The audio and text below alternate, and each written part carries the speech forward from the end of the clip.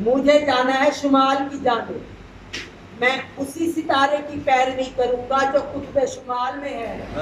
اگر کسی اور ستارے کی پیروی کروں گا تو بھٹک جاؤں گا.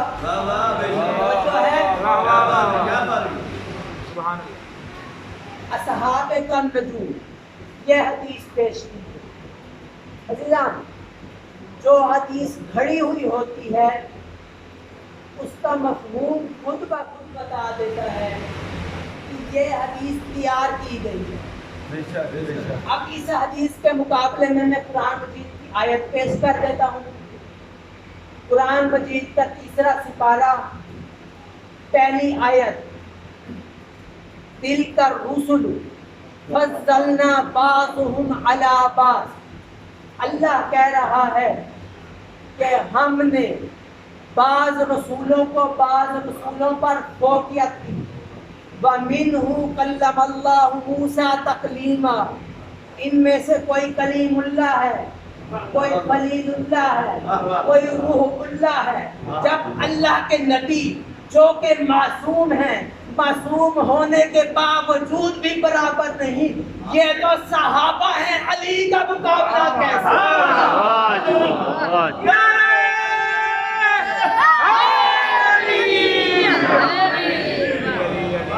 سبحان اللہ، سبحان اللہ، قبلہ سلامت رہے. سبحان اللہ. نعرہ تکبیر، نعرہ رسالت، نعرہ حیدری. اس کی دلیل میں رسول خدا کی ایک حدیث پیش کر دیتا ہوں. رسول خدا کیا ارشاد فرماتے ہیں؟ انی تارکم فیکم الثقلین کتاب اللہ و عطرتی اہل بیتی.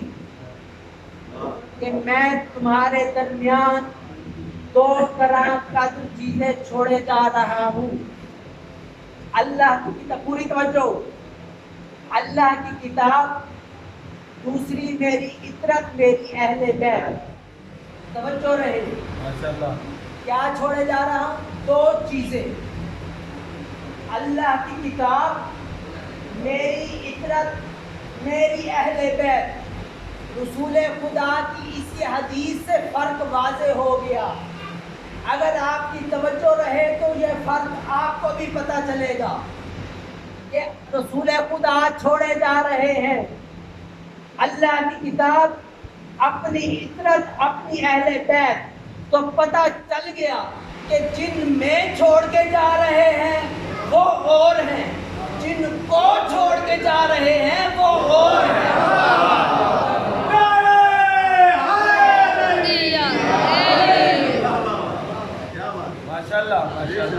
رسول خدا کی اسی حدیث پر ہمیں غور کرنا چاہیے، فکر کرنی چاہیے کہ رسول خدا ہم سے کیا کہنا چاہتے تھے آخری وقت میں. رسول خدا ہمیں بتانا چاہتے ہیں کہ اگر ان 2 چیزوں کو مضبوطی سے تھامے رکھو گے تو کامیاب ہوگے. اگر خالی قرآن کو تھام کے رکھا، اہل بیت کو چھوڑ دیا تب بھی ناکام ہو. اگر فقط اہل بیت کا دامن تھام لیا اور قرآن کو چھوڑ دیا تب بھی ناکام ہو. تو لہذا ہمیں ان دونوں چیزوں کو مضبوطی کے ساتھ تھامنا چاہیے. اور بہت ہی افسوس کے ساتھ کہ ہمارے دوسرے بھائیوں نے قرآن کو مضبوطی سے تھام لیا اور ہم نے اہل بیت کے دامن کو تھام لیا. ایک چیز انہوں نے چھوڑ دی، ایک چیز ہم نے چھوڑ دی. توجہ ہے. کامیابی تب ملے گی جب ہم دونوں چیزوں کو مضبوطی سے تھام کے رکھیں گے. کیونکہ جب ایک چیز سمجھ نہ آئے گی دوسری چیز سمجھائے گی. جب اہل بیت کی سمجھ نہ آئے گی تو قرآن بتائے گا، قرآن کی سمجھ نہ آئے گی اہل بیت بتائیں گے. عزیزان، میری آپ سے یہ اپیل ہے کہ قرآن کو سمجھے، قرآن پر عمل کرے، قرآن میں دقت کرے، تاکہ اہل بیت کو ہم صحیح معنی سمجھ سکیں، اہل بیت کے پیغامات کو سمجھ سکیں، اہل بیت کے ان کے جو مقاصد تھے ان کو سمجھ سکیں، اہل بیت نے ہمارے معصومین نے جو خطبات کیے ان کو سمجھ سکیں۔ ہمارے تمام اماموں نے بہت سے خطبات کیے، لیکن ان میں سے جن کے سب سے کم خطبے ہیں وہ امام سجاد علیہ السلام ہیں۔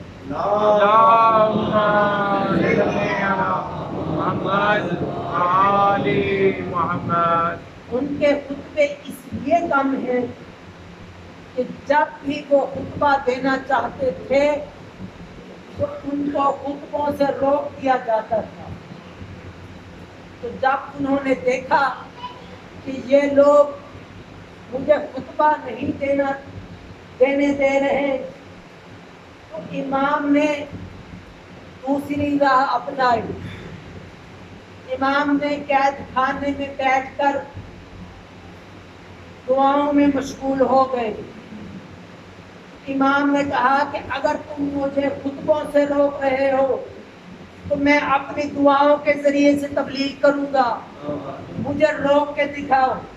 تو امام نے قید خانے کے اندر بیٹھ کے ایسی دعائیں بیان کی کہ جن سے بہت زیادہ لوگوں کو تبلیغ ملی، بہت زیادہ لوگوں کو شعور حاصل ہوا۔ یورپ کنٹری کا ایک عیسائی انگریز تھا، اس نے عربی سے انگلش میں امام سجاد کی دعاؤں کا ترجمہ کیا۔ جب اس نے ترجمہ کیا تو عیسائیوں نے اس سے پوچھا اگر تم عربی سے انگلش میں ترجمہ کرنا ہی چاہتے تھے تو اپنے مذہب کی کسی کتاب کا ترجمہ کرتے، کسی عیسائی مذہب کی کتاب کا ترجمہ کرتے، یہ تم نے کس کتاب کی مسلمانوں کی کتاب کا ترجمہ کر دیا؟ تو وہ کہتا ہے کہ یہ کتاب آج کی کتاب نہیں، یہ کلمات آج کے کلمات نہیں، یہ آج سے 1400 سال پرانے کلمات ہیں۔ جب میں نے ان کلمات کو پڑھا تو انہوں نے مجھ پر اثر کیا، اب میں اس کا غلام ہو چکا ہوں، میں مسلمان ہو چکا ہوں، اس لیے میں نے یہ کتاب لکھی۔ تو بولا کہ ایسی دعائیں ہیں کہ جن سے غیر مسلم بھی مسلمان ہو رہے ہیں۔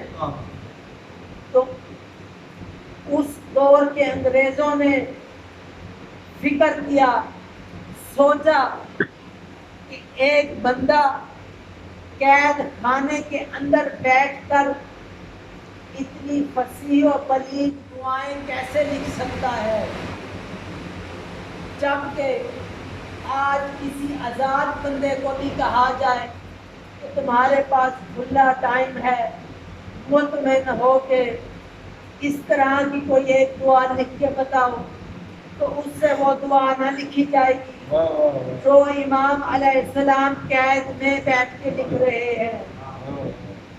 امام علیہ السلام مجبور بھی ہیں، قید خانے میں ہیں، لیکن اس کے باوجود بھی مسلمانوں کو تبلیغ کر رہے ہیں۔ کتابیں کہتی ہیں کہ جب امام علیہ السلام قید سے آزاد ہو کر واپس مدینہ آتے ہیں، امام کے چچا حضرت عقیل کو پتہ چلتا ہے کہ قافلہ واپس آ گیا ہے۔ حضرت عقیل گھوڑے پر سوار ہو کے امام سجاد کی خدمت میں پیش ہوتے ہیں۔ کیا دیکھتے ہیں کہ امام سجاد کے ہاتھ میں علم عباس ہے۔ عقیل آ کر پوچھتے ہیں کہ میرے بھائی حسین کی کوئی خبر؟ مولا کہتے ہیں کہ وہ شہید ہو گئے۔ عقیل کہتے ہیں کہ عباس نہ تھے، عباس کے ہوتے ہوئے حسین کیسے شہید ہو گئے؟ سجاد کہتے ہیں کہ وہ بھی شہید ہو گئے۔ عقیل کہتے ہیں کہ بس مجھے اتنا بتا، میرے بھائی کے ساتھ میری بہنیں بھی گئی تھی، ان کا کیا بنا؟ سجاد کی آواز آتی ہے کہ ان کو قید کر کے یزید کے دربار میں لے جایا گیا تھا، شرابی کے دربار میں لے جایا گیا۔